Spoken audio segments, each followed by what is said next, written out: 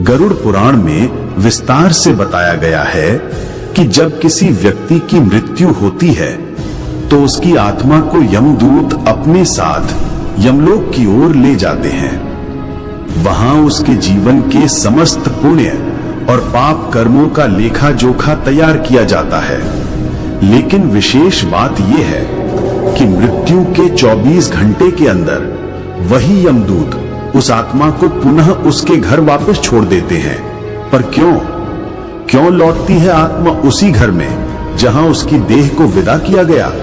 क्योंकि आत्मा को संसार से, अपने परिजनों से, अपनी अपूर्ण इच्छाओं से एक सूक्ष्म डोर बांधे रखती है। जब यमदूत आत्मा को उसके घर छोड़ते हैं तो वो आत्मा अपने ही परिजनों के बीच भटकने लगती है। वो उन्हें पुकारती है, रोती है, चिल्लाती है, लेकिन कोई उसकी आवाज नहीं सुन सकता। वो अपने ही मृत शरीर में फिर से प्रवेश करना चाहती है, पर यमदूतों के पाश में बंधी होने के कारण वो चाह कर भी उस शरीर में लौट नहीं पाती। गरुड़ पुराण बताता है कि जब मृतक के परिजन रोते हैं, बिलखते हैं, तो आत्मा उन्हें देखकर बहुत व्यथित होती है।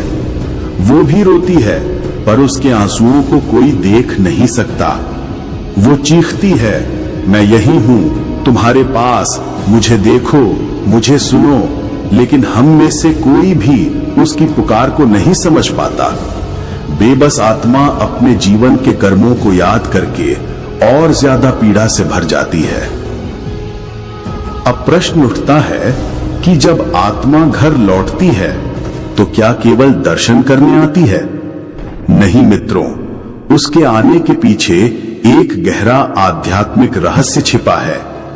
गरुड़ पुराण के अनुसार मनुष्य की मृत्यु के बाद जो पहले 10 दिन तक पिंडदान किया जाता है, वो आत्मा के सूक्ष्म शरीर की रचना करता है।